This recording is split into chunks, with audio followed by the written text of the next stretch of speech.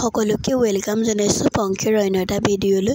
তো বলক আজি কি বনাম আপোনালোকক দেখুৱাই আছো। প্ৰথমে চচটোত মই আলু দুটা লৈছো, লগতে 6-7টা মান পিয়াজ লৈ লৈছো। তাৰপিছত ইফালে আদা, নহৰু, কেঁচা জলকীয়া ধুনীয়াকৈ এইখিনি ধুই ললো। ধুই পেলাই মিক্সিত মাৰিবৰ কাৰণে মই দি দিছো। মিক্সিত পিয়াজখিনি মিহি মিহিকৈ দিছো, আদাখিনিও মিহি মিহিকৈ কাটি লৈছো, গোটাকৈ দিছো জলকীয়া।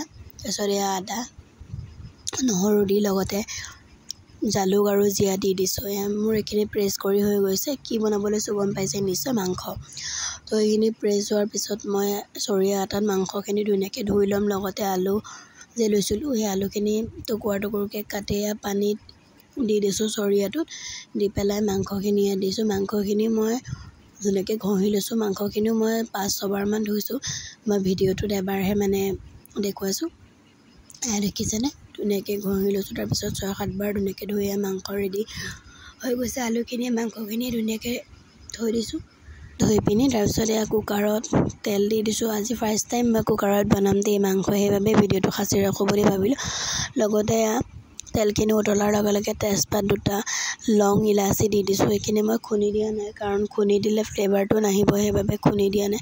এইখিনি ধুনীয়াকৈ গোন্ধ উলিয়াই গৈছে লং ইলাচিখিনি। তাৰপিছত দি দিছোঁ গোটাকৈ ৰখা নহৰু আৰু পিঁয়াজ। এইখিনি মই ধুনীয়াকৈ লাৰি চাৰি ল'ম, কাৰণ মই এইখিনি বেছি ৰঙচুৱা হ'বলৈ নিদিওঁ। কেঁচা হৈ থাকিলে বস্তুটো খাই বেছি ভাল লাগে।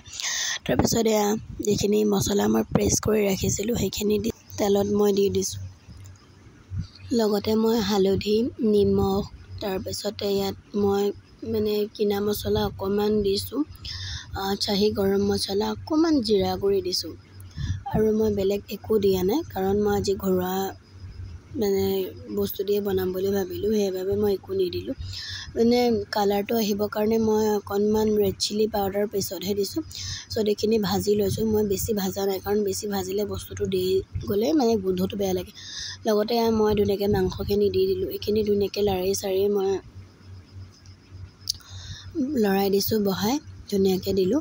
তাৰপিছত লগতে কচুৰি মেথি দি দিছোঁ। কচুৰি মেথি দিয়াৰ পিছত কৈছিলোঁ যে ৰেড চিলি পাউডাৰ কালাৰটো আহিবৰ কাৰণে দিছিলোঁ। সেইটো আপোনালোকে নিদিলেও হ'ব পাৰে, কিন্তু মই অকণমান দিলোঁ। আৰু তাৰপিছত ধুনীয়াকৈ লৰাই আছোঁ। এইখিনি লৰাই মানে প্ৰথম ভাজি লৈছোঁ, কাৰণ কুকাৰত ভাজিবলৈতো বেছি ভাজিব নোৱাৰি, সেইবাবে মানে ভাজা নাই। তাৰপিছত ধুনীয়াকৈ ভাজি লৈ গৰম পানী মই দিছোঁ। গৰম পানী দিলে সোৱাদটো বেছি ভাল লাগে। ত' দেখিছেনে কালাৰটো ইমান বেছি ধুনীয়া লাগিছে, উতলি গৈছে। আচলতে এইটো উতলত মই ৰখা নাই বাৰু, 2টা চিটি মাৰিছোঁ মই। চিটিকেইটা মাৰাৰ আগতে মই প্ৰথমে বস্তুখিনি লৰাই লৈছোঁ। লৰাই পেলাই উতলটো আহি লৈছে। তাৰপিছত ধুনীয়াকৈ 2টা চিটি মাৰিছোঁ। বেছি চিটি মাৰিলেতো বেয়া লাগিব মাংসখিনি খাই। কালাৰটো চাওক ইমান ভাল লাগিছে। আৰু মানে কুকাৰত দিলে তেলটো মানে বিৰিঙি আহে, সেইবাবে বেছি ভাল লাগে। মই ভিডিঅ'ত মানে পাইছোঁ কাৰণে দিছোঁ, আৰু সকলোৱে কুকাৰত বনাই, ভাবিলোঁ ময়ো কুকাৰতে বনাওঁ। তাৰপিছত 2টা চিটি আহি গ'ল। মোৰ মাংস অলৰেডি ৰেডি হৈ গ'ল খাবৰ কাৰণে। তো মানে ভিডিঅ'টো যোৱাকালিৰে আছিল, মই এডিট কৰা নাছিলোঁ বাবে দিয়া নাই।